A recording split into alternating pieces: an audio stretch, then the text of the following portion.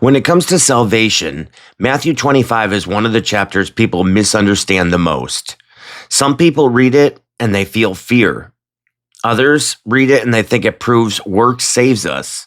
So instead of reacting, we're going to walk through this chapter in order and let Jesus build his point step by step. Not what I think, not what I was told it means, just what Jesus actually says. All right, so just a little background. Jesus is outside the city, sitting with his disciples. This isn't a public sermon. This is a private conversation. They've been asking, so what comes next? How does this end? What will God be looking for? Jesus answers by telling stories, pictures that explain what real faith looks like while people are waiting for him to return. Then the kingdom of heaven will be like 10 virgins who took their lamps and went to meet the bridegroom. When Jesus says the kingdom of heaven, he's talking about what life looks like for people who belong to God. In this verse, the picture is simple. They're invited, they're waiting, they're expecting the groom. This story is about readiness, not earnings. 5 of them were foolish and 5 were wise, for when the foolish took their lamps, they took no oil with them, but the wise took flasks of oil with their lamps. Readiness can't be borrowed. Preparation can't be transferred. This isn't selfishness, it's reality. What each person was responsible to bring, they had to bring themselves. As the bridegroom was delayed, they all became drowsy and slept. This matters. All of them got tired. All of them slept. Faith doesn't mean never getting worn out. The difference shows up when the moment arrives. The delay didn't cause the problem, it revealed it. But at midnight, there was a cry, "Here is the bridegroom, come out to meet him." Then all those virgins rose and trimmed their lamps. So the timing is unexpected. Everyone hears it, everyone wakes up, everyone responds. The difference isn't reaction, it's readiness. And the foolish said to the wise, "Give us some of your oil, for our lamps are going out." But the wise answered, saying, "Since there will not be enough for us and for you, go rather to the dealers and buy some for yourself." Readiness can't be borrowed. Preparation can't be transferred. This isn't selfishness, it's reality. What each person was responsible to bring, they had to bring themselves. And while they were going to buy, the groomsmen came, and those who were ready went in with him to the marriage feast, and the door was shut. The groom arrives, the ready go in, the door closes. Readiness matters when the moment comes. Afterward, the other virgins came also, saying, "Lord, Lord, open to us." But he answered, "Truly, I say to you, I do not know you." They recognize who the groom is, but knowing about someone is not the same as belonging to them. "I do not know you" is relational language, not effort language, not performance language. Watch, therefore, for you know neither the day nor the hour. So Jesus explains the point himself. Live ready, not anxious, not frantic, ready. With that foundation in place, Jesus tells another story. This time it's about responsibility while waiting. "For it will be like a man going on a journey who called his servants and entrusted them to his property. To one he gave 5 talents, to another 2, to another 1, to each according to his ability. Then he went away." The servants already belong to the master. They don't become servants by what they do next. The money is entrusted, not earned. Each servant receives a different amount, on purpose. This isn't about comparison, it's about responsibility. By the way, a talent was a large amount of money. This is real responsibility, not spare change. He who had received the 5 talents went at once and traded with them, and he made 5 talents more. So also he who had the 2 talents made 2 talents more. But he who received the 1 talent went and dug in the ground and hid his master's money. 2 servants act immediately. 1 servant hides what he was given. He doesn't lose it. He doesn't waste it. He hides it. The issue isn't failure, it's fear. Now, after a long time, the master of those servants came and settled the accounts with them. Let me just repeat that. After a long time, there's a delay again. Just like before, this story is about how people live while they're waiting. And he who had received the 5 talents came forward, bringing 5 talents more, saying, Master, you delivered to me 5 talents. Here, I have made 5 talents more. His master said to him, Well done, good and faithful servant. You have been faithful over a little. I will set you over much. Enter in the joy of your master.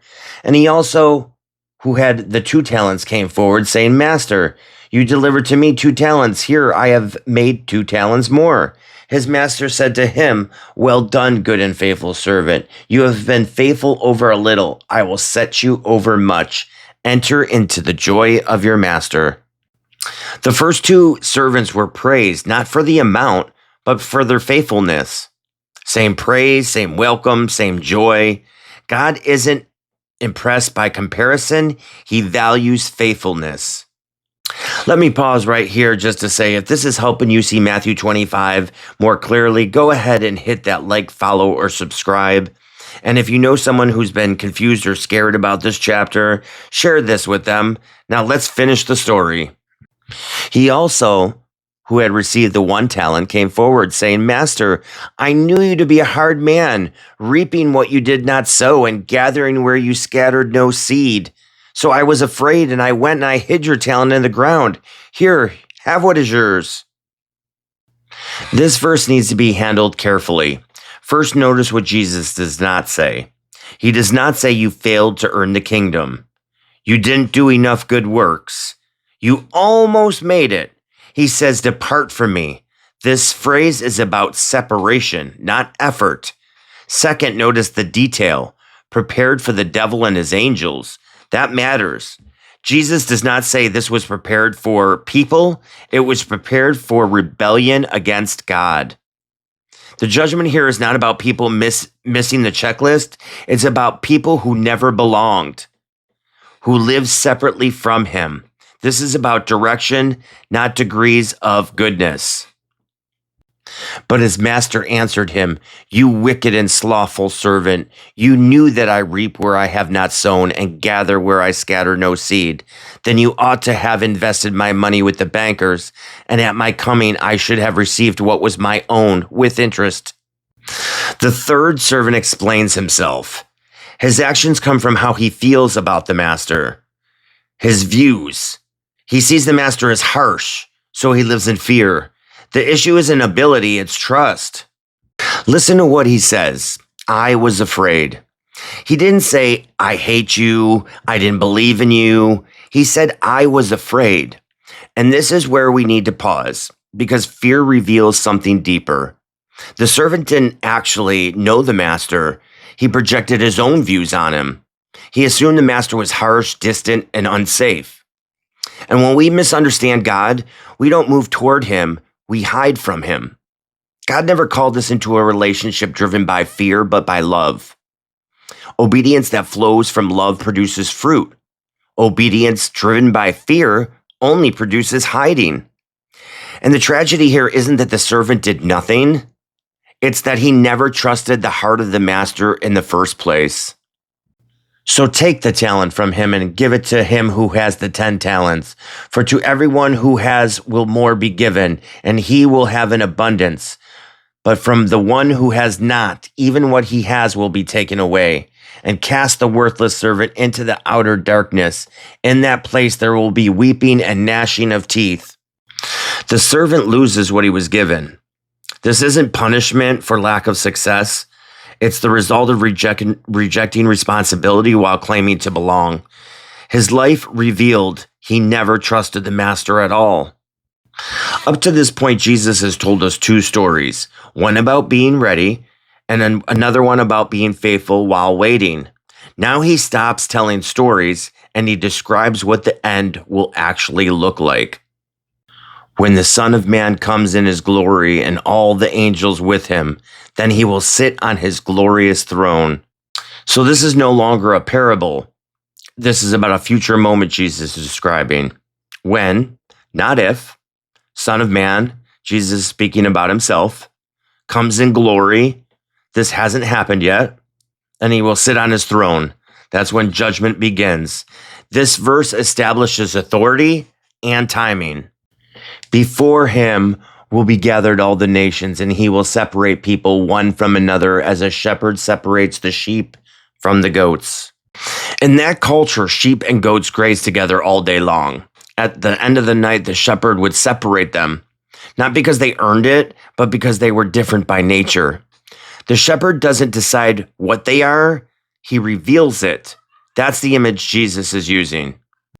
And he will place the sheep on his right and the goats on his left. Right side means honor, left side means rejection. This is placement, not evaluation. Then the king will say to those on his right, "Come, you who are blessed by my Father, inherit the kingdom prepared for you from the foundation of the world." This verse is very critical. Blessed be my Father.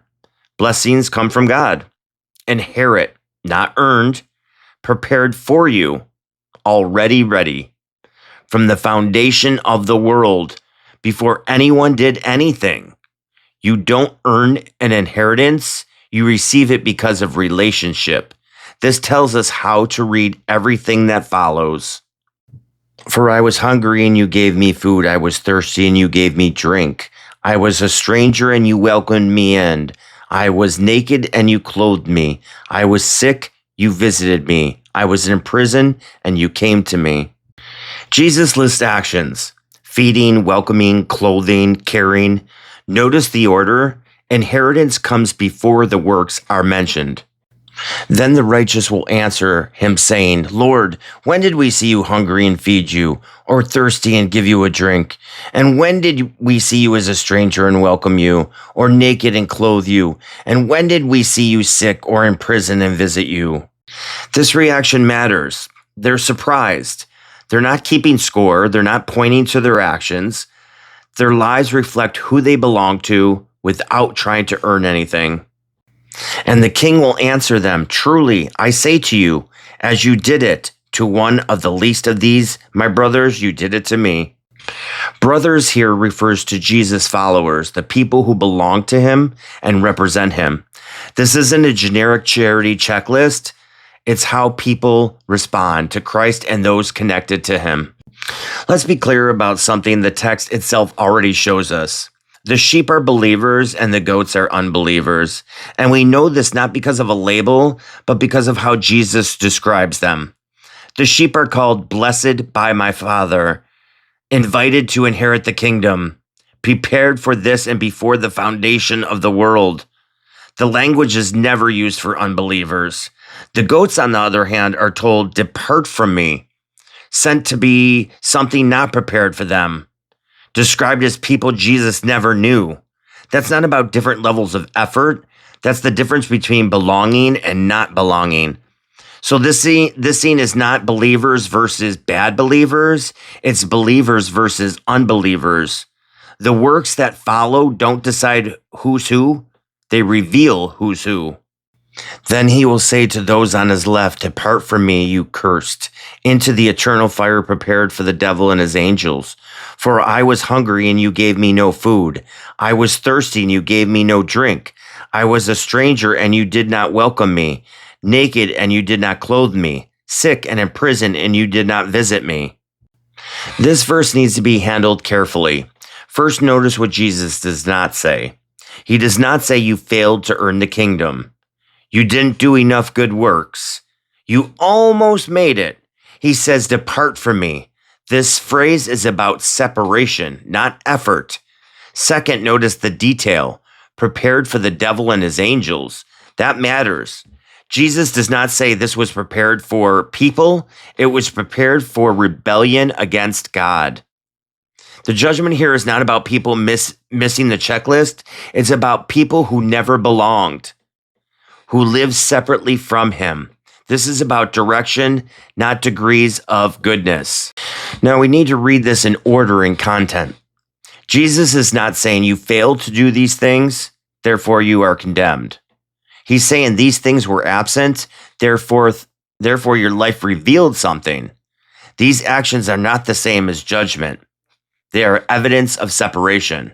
Throughout this chapter, Jesus has been showing us a pattern. Readiness reveals relationship, faithfulness reveals trust, and action reveals belonging. The lack of action here doesn't mean you weren't charitable enough. It means your life showed no connection to me. This is a very important connection to the earlier verse. Remember 34, where it says, inherit the kingdom prepared for you. Inheritance comes before actions are listed. The same pattern holds here. Identity first, evidence second. Jesus is consistent. These verses aren't about God counting failures. They're about lives that never showed evidence of belonging. Not imperfect lives, not struggling lives, lives disconnected from him. The actions or lack of them simply revealed that reality. Then they will answer, saying, Lord, when did we see you hungry or thirsty or a stranger or naked or sick or in prison and did not minister to you? This verse is important because it shows us how the goats see themselves. Notice a few things the text makes clear. They call him Lord. They are genuinely surprised. They don't argue the facts. They don't claim they tried. Their question isn't, why are you judging us? It's, when did we miss you? That tells us something. They assumed they were fine. They assumed association was enough. They assumed belonging without evidence. Just like earlier in this chapter, surprise shows up again. So both groups ask the same question. When did we see you? The difference isn't awareness. The difference is what their lives revealed. Then he will answer them, saying, truly I say to you, as you did not do it to one of the least of these, you did not do it to me. Jesus repeats the same standard. He doesn't introduce a new rule. He doesn't raise the bar. He points to the same connection. How people respond to him is shown how they respond to those connected to him. This verse is not about missing opportunities. It's about revealed absence. Their lives showed no connection, no loyalty, no belonging. Jesus does not say, you almost made it. You were so close. You needed more effort.